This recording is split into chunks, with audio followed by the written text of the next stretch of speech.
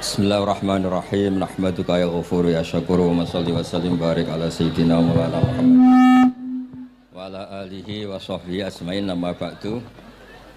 Teng ngerso para keluarga besar Kiai Haji Akil Sirot wabil khusus teng wau niki pernah paman kalian kula. Dados gadah otoritas meksa.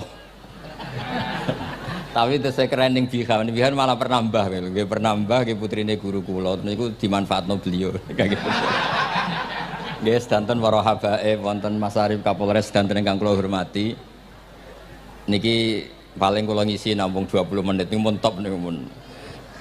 Dados katanya niku ahlul ilmi dihormati, tapi nyatane dipeksa. Atas memang banyak paradok dalam ilmu usul fikih. Ilmu usul fikih itu ilmu yang menjadikan orang itu bisa berpikir.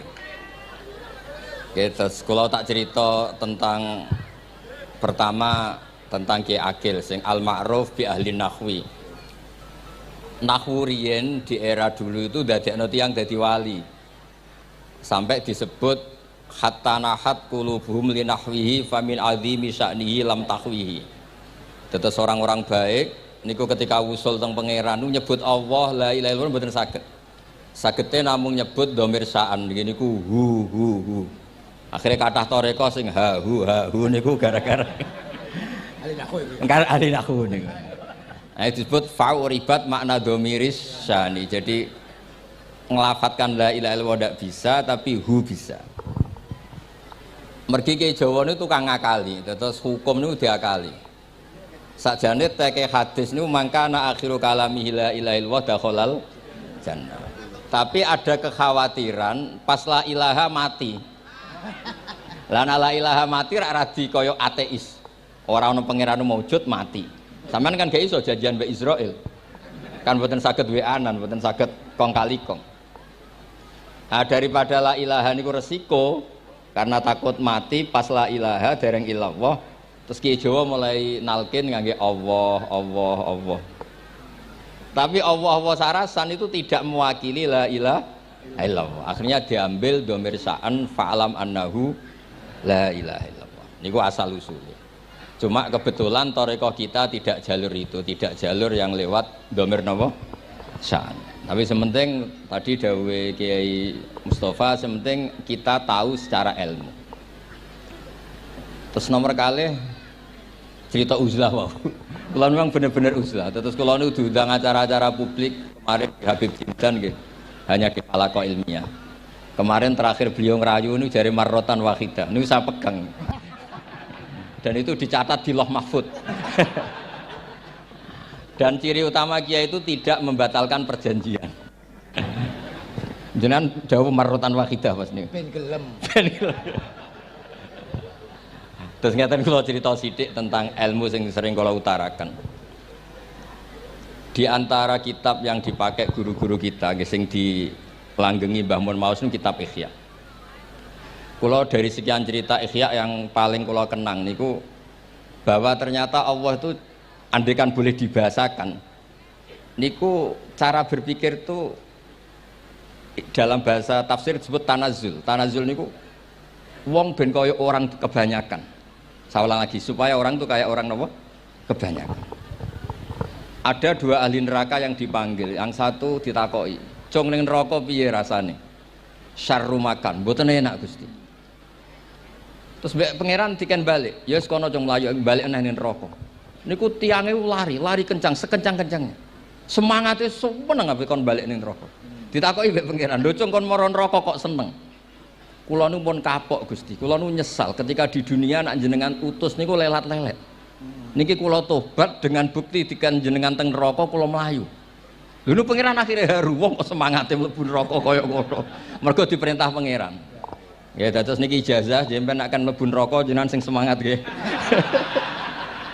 Karena zaman ning donya sering diperintah Allah mboten napa? Semangat. Nah niku kemungkinane dibarno, kemungkinane dipanggil.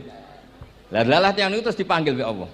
Ya wis kaya wong apik, tak kongkon nurut tenan, semangat tenan, terus diken mlebu swarga. Nah ini ijazah pertama nggih. Dinakkan mlebu neraka sing napa? Semangat. Sing kedua niku dipanggil ku plengakan lelat-lelet. Kados kula diutus Gus Mus niki nelpon. Nelpon kula mboten purun akhire ning Bika jare matur Gus Subak. Turuti ya, aku diamuk Bika jare Bapak. Dados niki melibatkan sekian pihak untuk memaksa saya datang ke mriki. Aduh, repot wong kempek niku. Repot nyen repot. Mugi-mugi di sepuro ngoten. Yang kedua niku diken mlebu neraka malih lelat-lelet ndelok pangeran mboten semangat. Ditakoki mbek pangeran. Kenapa kamu tidak semangat? Saya itu tidak pernah ngira jenengan yang baik sudah masukkan saya ke surga, kemudian jenengan nyuruh lagi saya ke neraka. Saya tidak pernah mengira engkau itu seperti itu. Terus Allah nggih, ana indadzoni abdibi. Ya ora apa-apa, swarga ya swarga. Ini dua ijazah untuk sampean supaya bisa masuk napa? Swarga. Terus kita tidak pernah tahu napa Gustofa ngundang kula nyenengno wong akeh ganjaran, napa meksa wong alim dosa, mboten ngerti kula carane. Karena dalam ilmu usul fikih, kembali ke usul fikih, kula nu gak ada khazanah kathah tentang debate pangeran kalian nabi ini. Kathah, mboten satu dua contoh di beberapa kitab tafsir. Suatu saat kula sering cerita niki, suatu saat Khalilur Rahman Ibrahim itu kedatangan Israel. Kamu mau apa? Mau matikan jenengan? Kata Nabi Ibrahim, harro'aital khalil yumitu khalilah. Mosok aku kekasih pangeran dipateni, mosok orang yang dicintai membunuh yang dicintai. Orang yang mencintai seseorang kemudian membunuh yang dicintai. Tidak ada itu. Akhirnya Israel matur teng pangeran. Cara politiknya ngeten, wau sing cara lagi seneng ngendikan politik. Wani kiai lengser jare beliau. Ono. Nak kula niku ahli tauhid wis pancen kodok kodare ngoten mawon mboten berpikir ruwet-ruwet. Terus Israel kan mboten biasa logika, kayak kan malaikat itu SOP kan, mboten biasa logika. Akhirnya matur tu pangeran, kata Ibrahim, masa kekasih bunuh yang dikasih, masa yang mencintai bunuh yang dicintai. Tapi Ibrahim baru sadar ngadepi pangeran gitu, lebih pinter.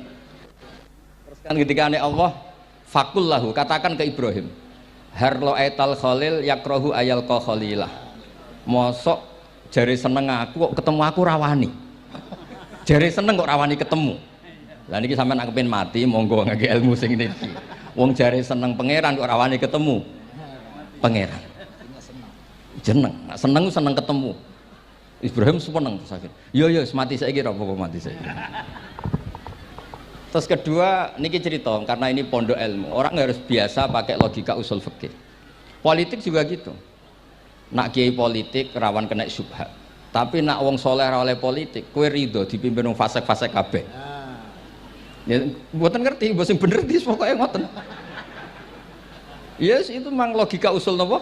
Fikih. Logika usul napa? Fikih.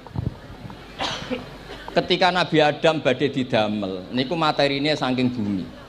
Pertama sing diutus Jibril. Jibril ambekan qabdatan minal ardi, segenggam bumi. Saya mau bikin Adam, materinya dari bumi. Setelah datang ke bumi mau ngambil ista'adzat billah. Maksudnya ista'adzat billah, a'udzu billahi minka, saya berlindung Allah dari kamu. Antasinani. Kalau ngarepe Gustofa dari ahli nahwu dados kula niki tak goleki tenan pancen syanahu mun mutaaddi bi nafsi. Mungkin nek dibuli ku antusinani kok panjang nanti cerita.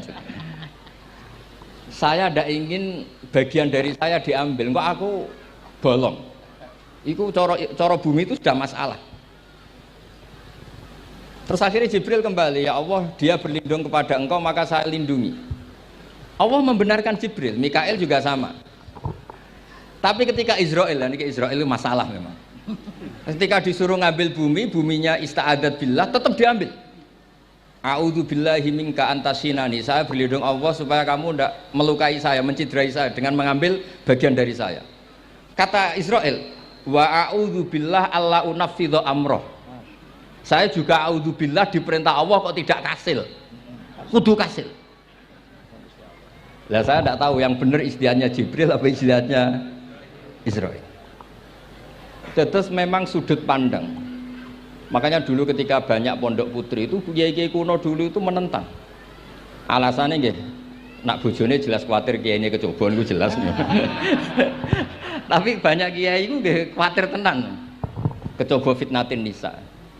Tapi ketika logikanya dibalik, apa kamu ridho para perempuan-perempuan muslimat itu tidak dapat pendidikan apa? Agama. Hanya karena orang soleh tidak punya nyali, tidak punya peduli mengajar. Tapi kita saged diwalik. Ustaz-ustaz sing imane pas-pasan niku kowe ridho nak kecoba. Sampeyan milih mana? Ridho kecoba apa ridho bodoh? Nah, logika-logika usul fikih ini yang kemudian dipakai Wali Songo. Dipakai Wali Songo kemudian membiarkan sekian tradisi yang insya Allah itu salah sebetulnya. Tapi tidak sebanding dengan asmane Allah Subhanahu wa taala. Misalnya begini. Nggih niki dirungokno mawon. Sampeyan ra paham mboten napa-napa. Sampeyan nak ra paham wis anggap ae tawadhu. Pantese wong awam yo ora paham. Nak paham dadi kiai. Terus biasa mawon sampeyan nak ra paham aja tersiksa. Umpamane jenengan mboten kiai kok kon paham. Nah sampeyan pinter kados kula mestine ora ngrungokno, semangate hasud. Terus rivalitas mergo. Nah cara Mbah Mun nak cerita ngoten, dhisik ke zaman bodho iku angger kiai mbok cucuk. Bareng padha kiai niku koyok saingan. Niku pun sunatullah ndak bisa dihindari, niku pun sunatullah. Terus kembali lagi ya. Logika-logika usul fikih niku dipakai oleh Wali Songo. Ngeten ada cerita ini rungokno nonton. Itu sudah saya cek di beberapa riwayat termasuk di Musnad Imam Ahmad. Ada orang ini bukti teorinya Wali Songo itu benar. Wonten tiyang gadah kesalahan. Niku dokumen kesalahan niku maddul basar sepanjang mata melihat. Wes ngoten jumlahnya 99 box. Kayak apa banyaknya? Per box maddul basar sepanjang mata nopo melihat. Ketika dia ditanya Allah itu kalau tanya demokratis. Adzolamat kakatabati. Jangan-jangan malaikat saya sentimen. Kalau kamu jelek ditulis, kalau baik enggak. Enggak Gusti. Afalaka udhurun. Jangan-jangan kamu saat salah itu punya alasan. Enggak Gusti. Ya memang salah. Tapi kata Allah, sudah kamu tenang saja. Kamu punya ini. Itu hanya satu box. Ya kira-kira kayak tempat jam tangan itu. Enggak, kamu punya ini cukup ini. Terus malaikat tanya, ya Allah, apa artinya, apa ngefek itu kalau ditimbang dengan kejelekan sebanyak itu dengan satu box jam? Orang ini juga bilang, Gusti sudah tidak usah ditimbang, nggak ngefek itu pasti kalah. Tapi setelah ditimbang menang yang satu box kecil tadi. Karena di situ ada la ilaha illallah Muhammadur Rasulullah. Jadi malaikat diancam sama Allah, kamu berani tidak mempertimbangkan nama saya? Apapun banyaknya box itu dosa itu tidak saya. Kalau ini la ilaha illallah itu nama saya. Kamu berani tidak mempertimbangkan nama saya? Ya tidak berani Gusti, ya harus dimenangkan. Nah itu. Semalane kok pengajian ini ya ono ikhtilatur rijal wan nisa, tapi baru kayak ngaji di sepuro. Ya aja muni halal tapi ya aja muni terus gak ono faedahe. Sepuro. Di sepuro insyaallah. Karena kalau nuruti harus steril halal itu kayaknya tidak bisa. Terus di situ ditutup fala yaskulu ma asmillahi taala syai'un. Dibanding asmane Allah taala sesuatu itu tidak ada nilainya. Pasti menang Allah taala. Sehingga banyak ulama ngendikan kowe nak berdosa, bersalah maca iki-iki. Dan kalau Anda dosa misalnya catatannya satu box terus di bawah ada astagfirullah, malaikat ditanya sama Allah, kamu berani tidak mempertimbangkan nama saya disebut di situ? Enggak berani. Nah, saya ini ribuan orang yang ngundang, saya berani mengabaikan. Bareng ana wong ngaku mbah ya mbah tenan wae. Ya terus ngoten. Kowe wani gak mempertimbangkan Gustofa sing mantune Mbah Maimun. Ya. Semoga cara pandang malaikat nanti seperti itu. Tapi nanti kalau malaikat cara pandang, mbah kok tukang maksa putu. Itu mbah model opo. Nah saya ini sudah ngalah satu kali. Berikutnya logika kedua yang insya Allah terbangun di kalangan malaikat, yaitu mbah ora oleh maksa napa putu. Ning dinggon mbah yang baik putune dolanan di barno. Ini ora. Putu lagi asik-asik dolanan. Rene kon nyapu. Nah, itu udah jenis mbah yang baik. Terus kalau suwun lah ngaji usul fikih yang serius karena itu menjadikan kita bermartabat. Kulo niku sering lepas jenazah tangga-tangga kulo nggih penggane ndelok TV, nak bengi nggih ngelamun, ngayal sugih, kadang yo ngapalo tikus sing liwat dhuwure saking ora ana penggawean. Tapi kulo nang lepas jenazah ini orang baik. Sampai bojone protes, "HP opo lho Gus angger bengi iku mau ngelamun ngitung tikus liwat, ngitung apa itu." Terus kulo matur, ngitunge aja ngono, ngitunge tarokal ma'asiya. Wong ning omah itu artinya tidak dugem, tidak melakoni maksiat. Itulah yang menjadikan usul fikih itu ilmu yang sangat terhormat. Coba kalau Anda jadi pakar usul fikih kayak saya, mau kaji betul usul fikih. Orang tidur semalaman jangan bahasakan tarokat tahajud, wa tarokal witro, wa taroka qiyamal lail. Tapi bahasakan taroka zina, wa tarokal ghibah, wa taroka kada wa kada minal ma'asi. Keren buatan? Keren.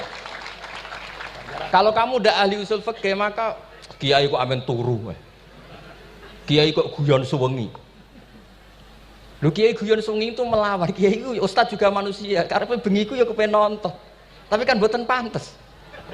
Akhirnya korbane santri ini dijak guyon gak jelas. Lah apel ning rondo ya ora pantes.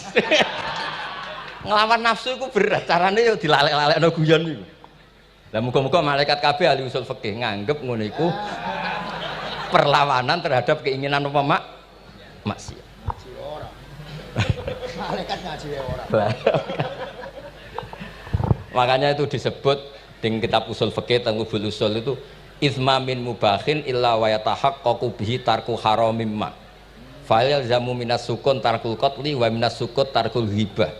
Tidak ada sesuatu yang mubah kecuali saat Anda lakukan, saat itu juga Anda meninggalkan keharaman. Maka sebetulnya mubah ini punya nilai yang luar biasa yaitu tarkul haram atau tarkul ma'asi.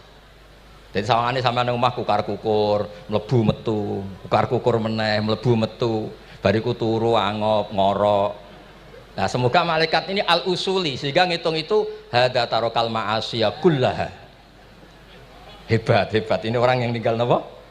Maksiat. Kayak nak malaikat itu jenis rada ekstrim. Alumni kempek suwengi ra tahajud ora witir ku alumni opo? Mulane kalau niku ngaji usul fikih terus supaya diperdengarkan ke malaikat. Supaya teorinya pakai usul napa? Fikih. Jadi kalau melihat kita melakukan mubah niku dihitung tarkul napa? Ma'as. Nah, ini pentingnya ngaji. Kula nate ditanya sama seorang dosen, "Gus, masa iya Quran yang katanya mutu semutu-mutunya kemudian ada ayat kulu washrobu, mosok urusan mangan gak usah disuruh orang juga makan, terus kualitasnya kulu washrobu itu di mana?" Terus kalau jawab, terus sorokan yang penting apa? Rapat utawa seminar. Ndak ada rapat, ndak ada seminar itu kamu ndak mati, tapi kalau nggak makan itu mati. Penting mana? Ya penting makan. Lah iya, jadi orang itu lupa kalau sesuatu yang seserius itu karena menjaga nyawa yaitu makan. Terus karena makan tuh hal yang murah dianggap biasa, itu bahaya. Sehingga sebetulnya yang kita bisa jadi wali lewat hal-hal keseharian tidak bisa jadi wali karena tadi. Saya punya hadis, ini mudah sekali untuk Anda jadi wali. Bahkan di atas wali lah. Inna woha ta'ala layardo anil abdi. Pakai inna masih pakai lam taukid. Inna woha layardo anil abdi ayyakulal aklata fayahmadahu alaiha aw yasroba syarba fayahmadahu alaiha. Allah itu sangat ridho ada orang makan satu asupan kemudian dia muji Allah. Loh, orang tidak punya alpat itu tidak mati, tidak punya tanah ribuan hektar itu tidak mati, tapi kalau nggak makan sesuap nasi mati. Penting mana? Penting makan. Tapi gara-gara kamu tamak untuk syukur nunggu punya alpat, untuk syukur nunggu punya tanah banyak, Anda ini bodoh. Mau syukur saja syaratnya kok banyak. Jadi sebetulnya kalau kita mau jadi wali itu cukup setiap makan itu kamu syukur. Fayahmadahu alaiha aw yasroba syarba fayahmadahu alaiha. Makanya wali-wali dulu kalau didik raja yang sedang berkuasa itu ditanya, kamu raja besar, punya pengaruh besar, andaikan kamu di padang pasir dan kemudian Anda tidak mendapatkan air sama sekali, apakah kamu menggantikan kerajaan kamu demi beli satu seteguk air? Iya akan saya beli karena saya kalau tidak minum mati. La tafrah bimulkin la yusawi jar'atamain. Kamu jangan bangga dengan sistem kekuasaan yang tidak senilai dengan seteguk air. Orang nggak jadi raja itu nggak mati, tapi kalau nggak minum mati. Terus akhirnya dosen itu tahu, wah berarti Kulu Wasrobu itu luar biasa Gus, ya, sangat luar biasa. Makan dan minum itu luar biasa. Makanya terus adat kiai mertamu mangan. Kalau tadi baru datang kon mangan, di sini ya ada mangan. Ya sanggep aja itu proses jadi wali ngoten Pak. Jadi segampang itu jadi wali. Nah, kemudian gara-gara torekoh terus jadi wali ku repot kon maca 10.000 wiridan kon opo. Kesuwen nih cara-cara kesuwen. Karena ini partai gak torekoh tadi. Dulu abahnya Mbah Maimun Mbah Zubair itu kalau disuruh wiridan lama-lama itu nggak mau. Sementing diridani pangeran, maca kok akeh-akeh. Nah, itu partainya partai ahlul ilmi. Ya partainya partai ahlul apa? Ilmi. Nah kemudian karena saya ini nekuni tafsir ya, itu saya kepengen ya menggerakkan supaya ilmu Quran itu menarik. Caranya apa? Cari sisi ekstrimnya. Kalau bolak-balik, kenapa sih orang nggak janggal? Nggak janggal itu udah iskal. Quran itu kan kalamu Allah. Saya lagi Quran itu kalamu Allah. Masa iya Allah yang Tuhan kemudian ngendikan iya kana budu wa iya kanas tai. Kepadamu aku menyembah. Masa Allah ngendikan gitu pada kekasihnya Nabi Muhammad. Padahal Allah itu al-ma'bud bukan abid. Allah yang disembah bukan yang menyembah. Semua ahli tafsir, saya bukan bilang sebagian, semua ahli tafsir pasti ngendikan begini. Wa yuqaddaru qabla qaulihi ta'ala iyyaka na'budu qulu. Sebelum iyyaka na'budu itu ada kata yang disimpan yaitu qulu. Jadi iyyaka na'budu itu betul ngendikannya Allah, cuma sudah dikasihkan Jibril kepada umatnya Rasulullah. Jadi Jibril bilang gini ke Rasulullah Muhammad, Muhammad qul iyyaka na'budu. Kemudian Nabi juga bilang ke umatnya qulu iyyaka na'budu. Jadi ini kalam Allah yang sudah milik kita. Nah berhubung milik kita, kita sah mengatakan iya karena kalau tidak janggal, masa iya Allah berdoa ihdinas siratal mustaqim, tunjukkan kami jalan yang benar. Lah kalau ihdinas siratal mustaqim kalam Allah berarti kan Allah yang berdoa. Nah, sehingga semua tafsir bilang sama, wa yuqaddaru qabla qauli ihdinas siratal mustaqim qulu. Nah, terus ada mufassir lain bilang jangan mulai iya karena butuh ya semuanya, mulai bismillah, qulu bismillahirrahmanirrahim. Masa iya Allah sendiri yang bilang bismillahirrahmanirrahim. Nah, dengan tafsir seperti ini terus kita akhirnya lagi-lagi kembali ke usul fikih, kembali ke balaghah, kembali ke nahwu. Kalau enggak, ya Anda akan menafsiri Quran pakai logika Anda sendiri. Sampai ada mungkirus sunnah. Pokoknya sementing kembali ke Quran. Orang roh Quran itu kayak apa? Saya kemarin ngaji di Sedan di daerah saya bilang, Sayyidina Umar itu Islam sebelum minta hidayat. Khalid bin Walid ya Islam sebelumnya ya tidak minta hidayat. Lah itu kan janggal, padahal katanya Quran itu hudal lil muttaqin, petunjuk bagi mereka yang takwa. Padahal tidak ada sabkut takwa untuk Umar. Umar tidak pernah takwa, tapi nyatanya Islam. Bahkan dia masuk ke rumahnya Zaid bin Arqam itu mau bunuh Nabi, mau nyari Nabi, bukan mau Islam. Tapi ketika dengar iparnya membaca Toha ma anzalna alikal Qur'ana litasqa, kemudian dia masuk Islam. Lalu gimana tentang hudal lil muttaqin, petunjuk bagi mereka yang takwa? Banyak ulama yang mengatakan lil muttaqin itu balaghahnya lil iktifa, lil muttaqina wa ghairihim. Jadi Quran itu petunjuk bagi yang takwa dan yang tidak takwa. Dan itu di bahasa Arab sah. Di bahasa Arab sah. Misalnya gini ya, kalau sampean punya ponakan dolan, cong-cong nang mangan. Ya maksudnya ya mangan mbek ngombe, mangan tok seretan mati kan. Itu kan satu paket. Sarobila taqikumul harra wal barda. Pakaian yang melindungi dari panas, di situ nggak disebut wal barda, tapi artinya juga wal barda. Karena kalau tidak diartikan lil iktifa, nanti Quran itu memberi petunjuk bagi yang sudah mutakin, corong doang nguyai segoro, wis takwa kok. Nah ini kita butuh ahli tafsir yang al-usuli. Karena itu yang menjadikan Quran punya kualitas lagi. Seolah lagi punya kualitas lagi. Kalau ndak, Quran tuh kayak biasa-biasa saja, kayak tadi kulu wasrobu kayak dan seterusnya dan seterusnya. Jadi kalau suwun barokahnya hormat sama orang alim kados Ki Akil, Ki Siras dan tenaga keluarga mriki. Orang menghidupkan logika ilmu lagi. Jadi kalau seneng lah nak dilam Gusmus ahli ilmu mboten krana niat fakir mboten. Biar sampean ngerti lah kalau ngadepi ahlul ilmi itu pun mboten level. Ahlul ilmi itu kalau punya logika itu tidak bisa dibantah. Saya beri contoh sekian contoh yang nyata yang diajarkan Rasulullah SAW. Nabi itu pernah mau dipermalukan orang karena Nabi ngendikan la adwa wala tiarata, tidak ada penyakit menular. Terus ada orang iseng kok onta yang kena kudisen itu dijejerkan yang waras ikut kena kudisen. Terus orang ini tanya, ya Rasulullah ini tadi sehat, tapi kena onta yang kudisen ikut kudisen. Nabi tanya lagi, faman a'dal awal, yang kudisen pertama ketularan siapa? Wah itu dari Allah ya, maksud saya seperti itu. Jadi ada terus orang-orang kafir itu cara berpikir aja alal alihata ilaha wahida inna hadzal syai'un ujab. Muhammad ya tentu mereka masih jangkar. Muhammad problem kita ini banyak. Kalau Tuhannya satu tidak cukup. Ada problem kredit macet, ada problem macam-macam kan, utang piutang macam-macam. Kalau Tuhannya satu tidak cukup. Kita butuh Tuhan banyak karena problem kita banyak. Lalu Nabi mengajarkan mereka apa logika yang dibangun. Kalau kamu jadi buruh, kemudian majikan kamu banyak, semuanya merintahkan kamu bingung enggak? Ya bingung. Tuhan kamu itu majikan kamu, kalau banyak-banyak perintah semua kamu yang bingung. Ya sudah mat Tuhannya satu saja. Itu disebut darabawa masalah rojulan fihi syuraka umutasakisuna wa rojulan salamal lirrojul. Nah, sekarang itu kita ini mulai kehilangan fatonahnya Rasulullah SAW. Nabi dulu itu kalau nerangkan ilmu, itu logikanya gampang sekali. Logika yang dibangun tuh gampang sekali. Ada orang cerita, ya Rasulullah saya ini ada sekian anak saya, yang paling saya cintai satu. Apa saya boleh melebihkan yang paling saya sayangi dalam pemberian?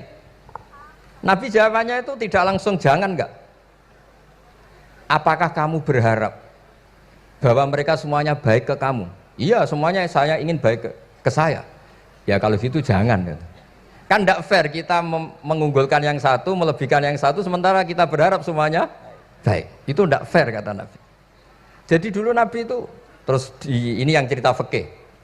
Dulu Ahlul Madinah itu mangga, itu masih pentil sudah dijual.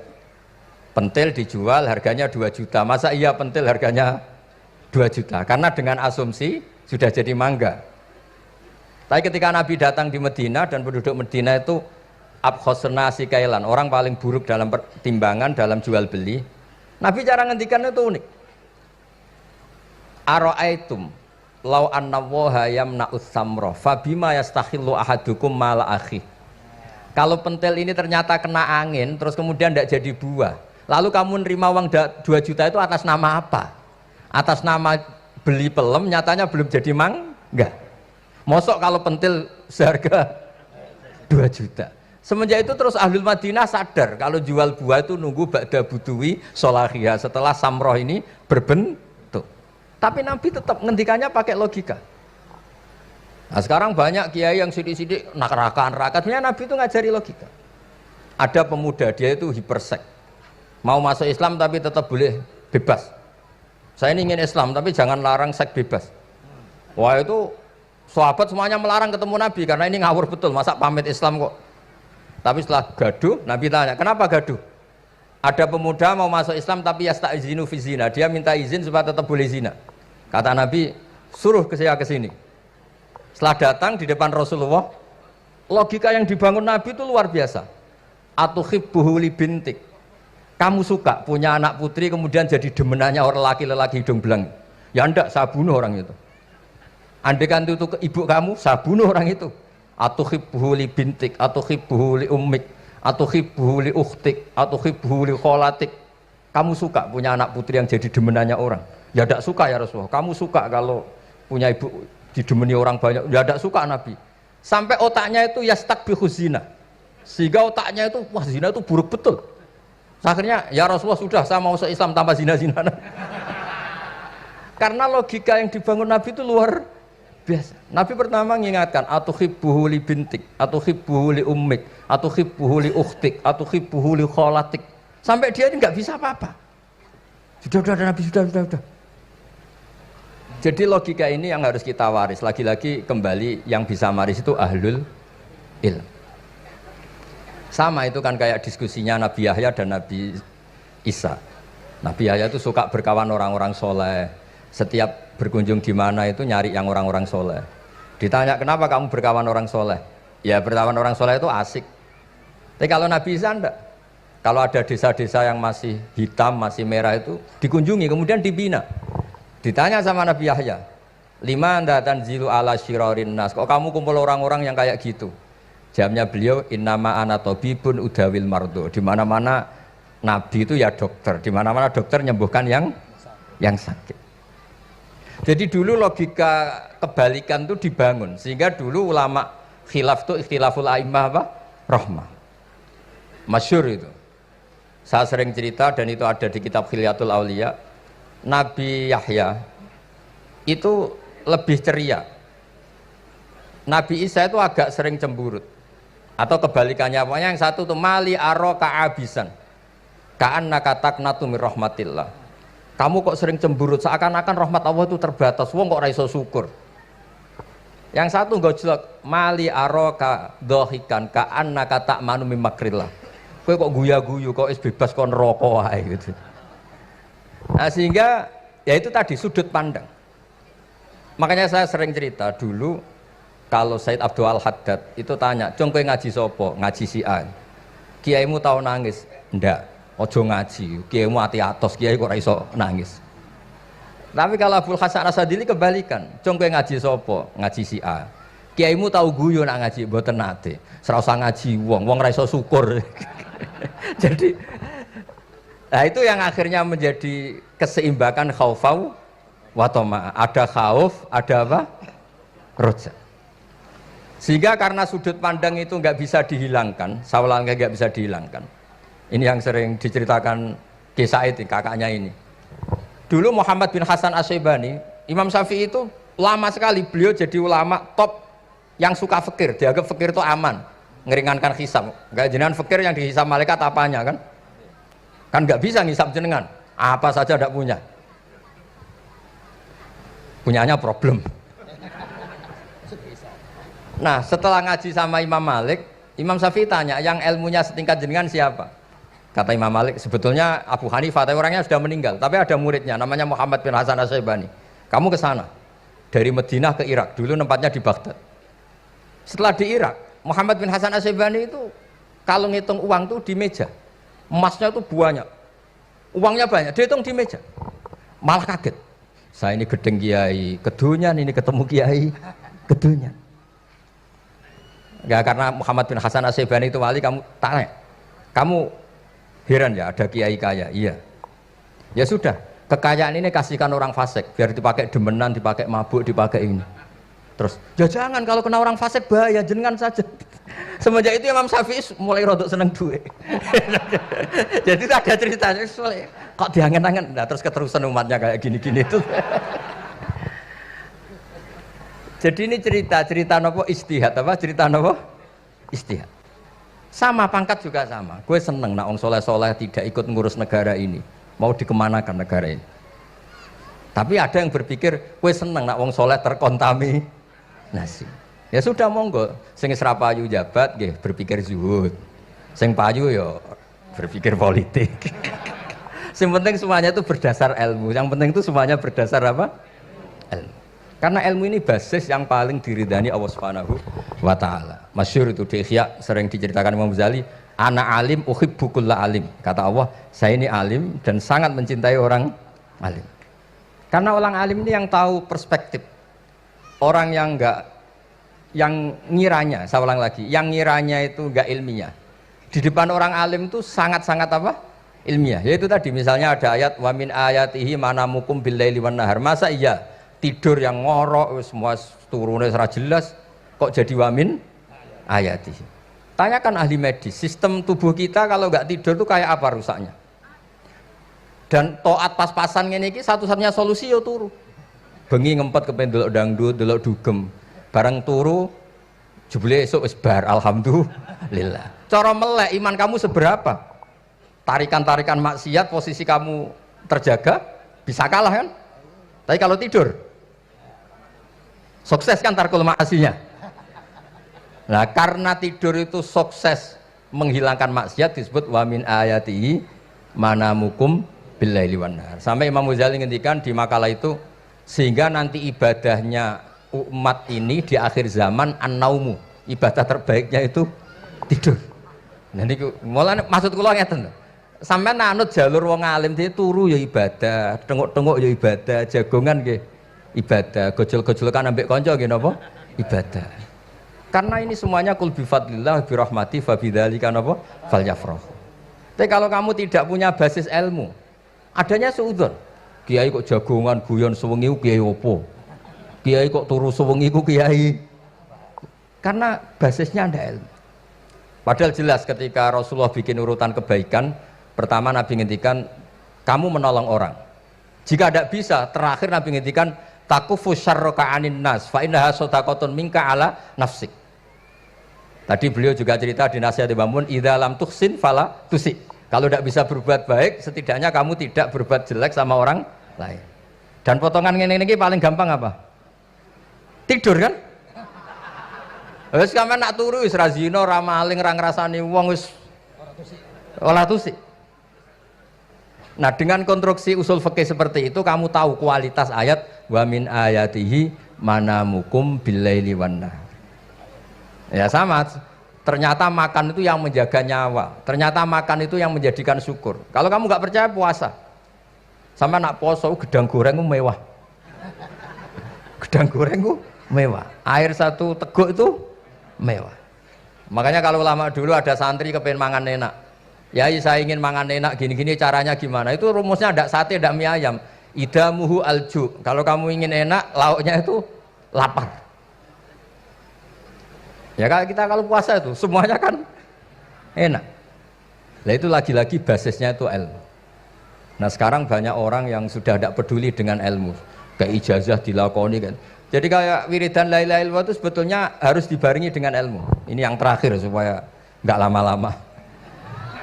La ilaha illallah itu basisnya ilmu. Surga yang begitu mewah itu dibikin juga bagi yang melafadzkan la ilaha illallah. Neraka yang begitu ekstrim, sampai kalau benda dijatuhkan dari atas ke neraka itu sampai bawah nunggu 70 tahun.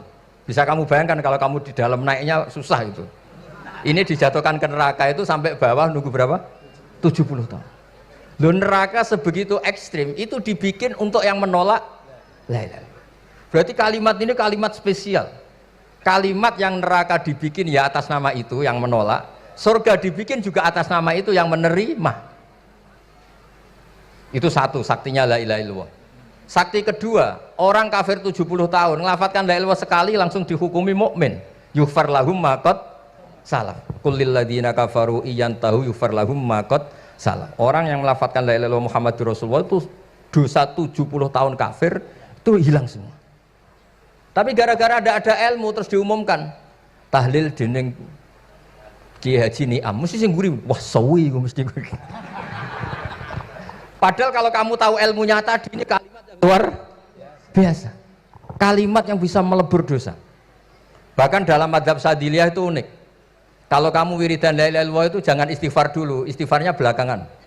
Alasannya Abdul Hasan As-Sadili itu fa'lam annahu la ilaha illallah wastaghfir li dzambik li hadhil kalimah. Orang kafir 70 tahun dia istighfar 100 kali enggak akan dimaafkan Allah. Tapi ngelafatkan la ilaha illallah langsung dimaafkan. Jadi orang bisa dimaafkan tuh barokahnya la ilaha illallah.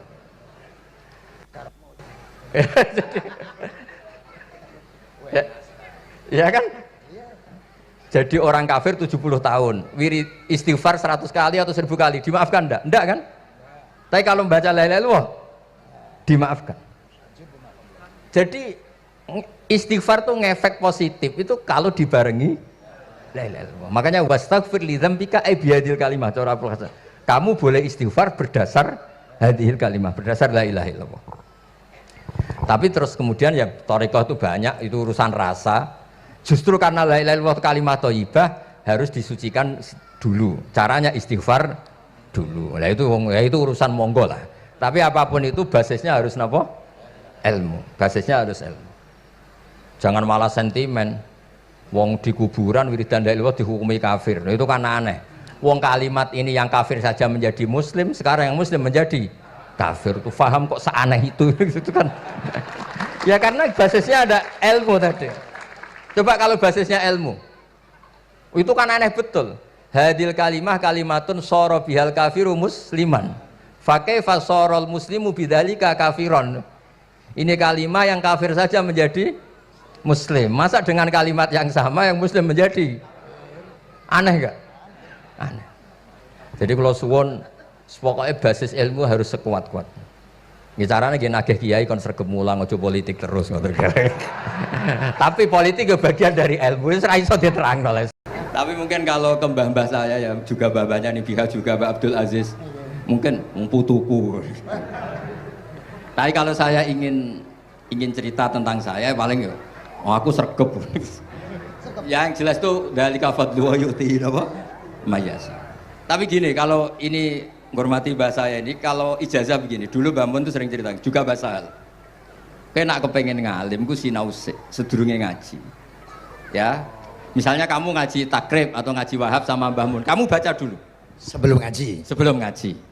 Nah, setelah dibaca, misalnya kamu baca rofa, kok Mbah Mun baca jer, kamu baca jer, Mbah Mun baca rofa, berarti goblok tulen.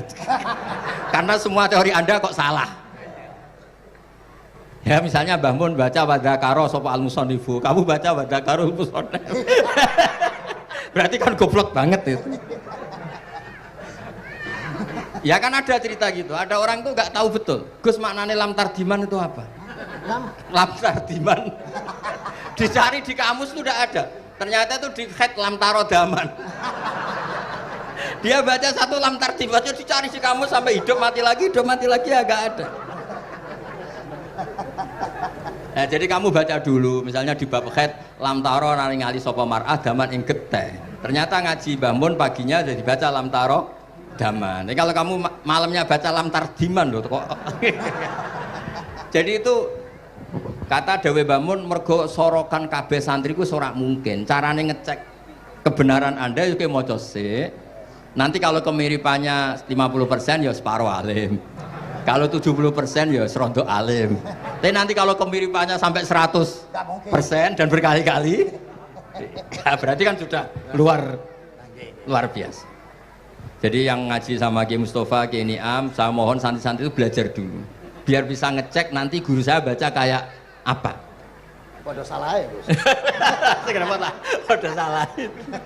Karena kiai itu kalau salah ya mau ngalah. Ini ceritanya bangun betul. Ada kiai nggak tahu apa kakean mergawe kakean politik nggak tahu. Wal babi lan walang. Terus ada santri, kulo gak ada makna kok lawang. Ya walang sing lawang cung. Mau ngalah. Terus watini lan wit alu. Gurune maca alu. Kulo gak ada makna kok elo. Lah ya wit telu kena gua alu cung. Tapi saya menangi kiai itu kalah sama santri itu. Saroko nyolong sapa wong albedo tangi anduk. Terus gurunya kaget. Cung kok anduk, cung. Bareng didelok endok. Karena kalau pegon kan anduk sama endok itu padha wae. Ini ada padha. Tapi kiainya akhirnya kalah. Memangnya nyolong anduk boleh? Yo ora, cung, yo haram, yo padha wae kalau gitu nyolong. Nyolong endok ya haram, nyolong anduk haram. Lo cerita itu masyhur itu. Kalau cerita yang terkenal di Lirboyo itu kan ada santri dari Jakarta di kelas. Gurunya bilang Ja'a Zaidun, Zaid datang. Waro'a itu Zaidan, saya melihat. Si murid ini itu melihat pintu terus. Lama-lama gurunya itu tersinggung. Kamu diajari pelengahan nggak sopan. Habis Ustadz bohong. Lah kenapa bohong? Katanya Ja'a Zaidun, Ra'aitu Zaidan. Zaidnya mana?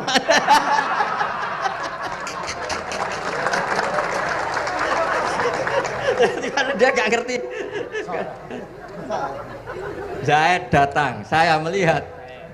Mana orangnya kok dibahas-bahas terus itu? Ya, jadi yang serius tadi kalau sampean ingin nguji kualitas Anda. Makanya saya dulu itu pede baca kitab di depan Mbah Mun karena ya ngecek. Dan dulu itu Gus Zofur, Gus Kamil sebelum ngaji ya itu mesti sinau sama saya. Nanti ketika Mbah Mun baca tadi kalau kemiripannya kita 90% ya bagus. Syukur-syukur sampai 100. Dan itu terulang sampai Wahab Hatam, Jamul Jami' Hatam. Sehingga kita tahu. Jadi kalau diskusi kita kok salah ya tahu, kalau benar ya tahu. Kalau tahqiq ya tahu. Biasanya kalau tahqiq itu Mbah Mun karena takut menyalahkan kiai-kiai Jawa, kalau baca 2 kali, misalnya begini.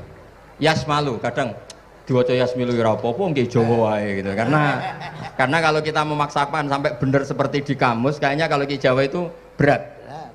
Berat sekali. Dumeli bojo bolak-balik mesti ora goblok wis apik lah. Karena kalau baca tahqiq itu kan butuh kamus. Yang benar itu Yasmalu misalnya. Tapi kan populer juga orang baca Yasmilu. Saya itu menangi loh. Kiai Jawa dulu baca Simai itu menangi, Masdar Simai. Lama-lama setelah banyak alumni Al-Azhar terus berdasar kamus baca Samai semua sekarang. Saya menangi kiai itu baca Dilalah. Lama-lama karena sekarang udah banyak punya kamus, baca Dalalah. Fa'alah. Jadi kiai itu juga kadang-kadang keteror muridnya. Makanya Syekh Zakaria Al-Ansori itu pernah ditanya, kenapa engkau begitu alim alama sampai dilakopi Syekhul Islam? Kata beliau itu lucu jawabannya, karena saya ini orang yang sial. Saya dulu punya guru namanya Ibnu Hajar Al-Asqalani dan punya murid namanya Ibnu Hajar Al-Haytami. Kata beliau, dukik tu bena hajaro ini. Saya ini digebek 2 batu. Kalau mau ngaji takut saya minta ampun karena disuruh baca sama Ibnu Hajar Al-Asqalani. Kalau mau ngajar takutnya saya bukan main karena Ibnu Hajar Al-Haytami itu cerdasnya bukan main. Jadi kalau saya salah itu konangan. Akhirnya dia jadi orang sial tadi. Mau ngaji ya belajar, mau ngajar ya belajar. Makanya meskipun ini pernah sepuh saya tidak berani ngaji beliau. Wah mesti meriang saya kalau ngaji. Jadi yang terkenal alim-alim mohon ngajinya dikurangi ya, karena ini kasihan gurunya. Kasihan gurunya. Jadi sebetulnya kalau di ilmu, saya kan sering ketemu ahli geologi, ahli sosiologi. Sebetulnya di ilmu kita, saya kan lama di Jogja dan itu yang saya pakai juga ilmu zaman di pesantren. Misalnya sosiologi itu kan ada mukadimahnya Ibnu Khaldun. Itu kan teorinya luar biasa. Misalnya begini, kenapa Rasulullah itu harus dari suku Quraisy, suku yang sangat terhormat di Mekah? Itu secara teori sosiologi loh, bukan teori nubuah. Kata Ibnu Khaldun, Nabi itu mesti final dzori qaumi itu aneh. Saya ulang lagi, Nabi itu final dzori qaumi pasti aneh. Nah masa aneh-aneh ini ditoleransi oleh umatnya karena beliau dari suku yang terhormat. Coba kalau dia dari suku, beliau dari suku yang hina, pasti pas aneh-aneh langsung diadili. Ya kalau di NU lah, ndak Gus Dur kok bikin aneh-aneh di NU kan langsung tuntas. Tapi berhubung Gus Dur cucu Mbah Hasyim, orang itu mentoleransi, bahkan mengira jangan-jangan teori beliau lebih baik ketimbang kita. Nah makanya terus kata Ibnu Khaldun, ma ba'atsawu nabiyan illa fi mana'atin min qaumin, tidak ada nabi diutus kecuali dari kaum terbaik supaya masa-masa transisi ini nggak ada perlawanan. Nah, itu namanya sosiologi. Sehingga beliau ngendikan ini versi tarikh bukan versi Ibnu Khaldun saja. Ketika sahabat disuruh hijrah karena disakiti orang kafir Quraisy, lah engkau sendiri ya Rasulullah, saya ini orang Quraisy, nggak akan ngalami yang seperti Anda alami. Nah itu namanya sosiologi. Begitu juga matematika. Saya sering ketemu pakar matematika dari UI, dari UGM. Misalnya bilang zakat kan 2,5% misalnya zakat tijar. Saya bilang kalau ngitung itu porogapit, padahal kita zaman sekolah porogapit itu pantangan. Tapi saya bilang saya punya matematika lebih cepat. Apa itu Pak Ba? Kalau manggil saya Pak Ba. Kalau di kitab disebut rubu'ul usyur apa? Jadi bertahap. Misalnya 1 juta, usurnya akan 100.000. Setelah 100.000 rubuknya 25.000. Itu kita tidak usah pakai catatan bisa. Nah itu matematika Arab. Makanya orang Arab itu nggak bisa nulis, tapi matematikanya cepat karena bertahap. Misalnya 1 miliar ya cari aja usurnya 100 juta. Berarti rubuknya 25 juta. Berarti 2,5-nya 1 miliar itu 25 juta. Tapi kalau orang Arab bilang itu rubul usur. Diusurkan dulu baru dirubuk. Misalnya 6, 2/3 6 berapa? Orang Arab bilang sulusan. 6 sulusnya 2. Sulus 2 kali berarti 4. Sama misalnya zakat zuro. Zakat zuro itu kan al usyur sama nisful usyur. Berarti misalnya kalau tidak disirami ya, tidak biaya, zakatnya itu 10%, berarti per 100 10. Nah sekarang kalau 10 ini kan berarti 1/10. Lah nanti kalau disirami pakai biaya namanya nisul usyur, berarti 5. Jadi orang Arab itu nggak mau langsung bilang 5, karena kalau 100 dibagi 5 itu jadi 5 itu mikirnya panjang. Jadi diusurkan dulu, terus nanti dibilangkan nisful usyur. Nah, jadi ilmu khazanah kita ini sudah luar biasa. Nah, itu makanya terus orang Arab kalau ngitung matematika itu tidak usah tulisan, tidak usah parogabit, karena bertahap tadi. Jadi misalnya 2,5 bahasannya apa? Rubu'ul usyur. 1 miliar, usurnya berapa? 100. Rubu'nya berapa? 25. Tapi monggo lah kita cerita-cerita Islam, cerita-cerita beragama yang rileks. Kita semua tadi seperti yang dikatakan Kak Densus pernah disewani Mas Sufyan Sauri, juga beliau pernah ngaji. Sebetulnya dalam banyak hal-hal yang keseharian itu lebih prinsip ketimbang ide kita tentang hal-hal besar. Saya beri contoh, Allah itu Tuhan yang maha kuasa, yang menguasai alam raya ini. Kadang-kadang menjelaskan dirinya itu hanya alladzi at'amahum min ju'. Saya ini Tuhan yang memberi makan kamu saat Anda lapar, saat kalian lapar. Jadi untuk beriman kepada Tuhan yang Maha Esa, kepada Allah, kamu yakin yang memberi makan kamu itu Tuhan.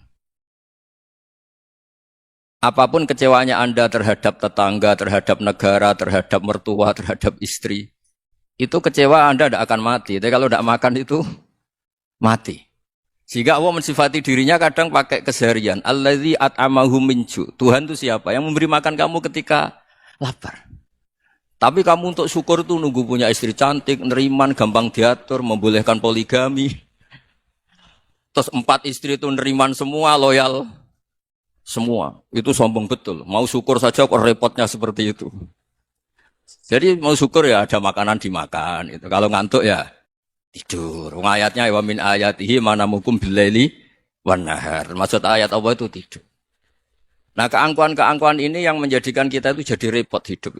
Wong untuk syukur kok nunggu tadi. Mertua baik, tetangga baik, istri baik. Apa saja di sekelilingnya harus baik.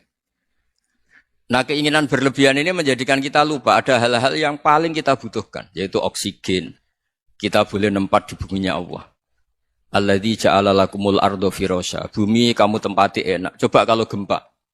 Apa artinya istri 4 cantik semua kalau pas digoyang apa? Gempa. Apa artinya kamu jabat? Entah apa saja jabatannya. Kalau bumi likuifaksi, habis kamu. Kiai meskipun dai kondang umatnya jutaan, kalau likuifaksi di panggung hancur.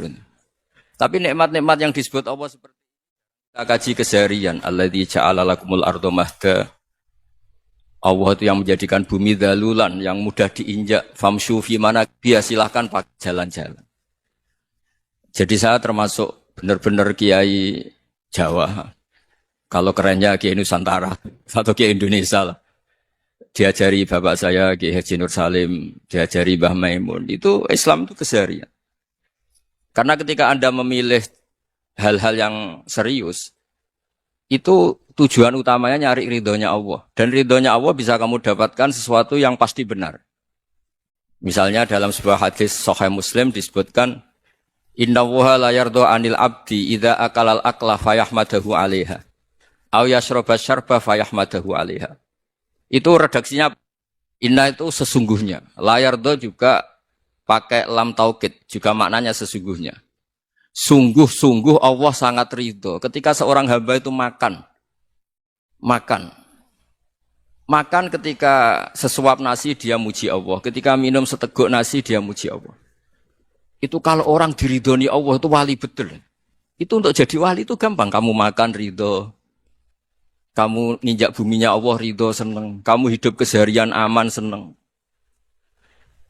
Nah ini supaya sampean kita semua lah. Kita semua ngaji. Betapa panduan Rasulullah untuk menggapai ridho Allah itu banyak yang keseharian sekali.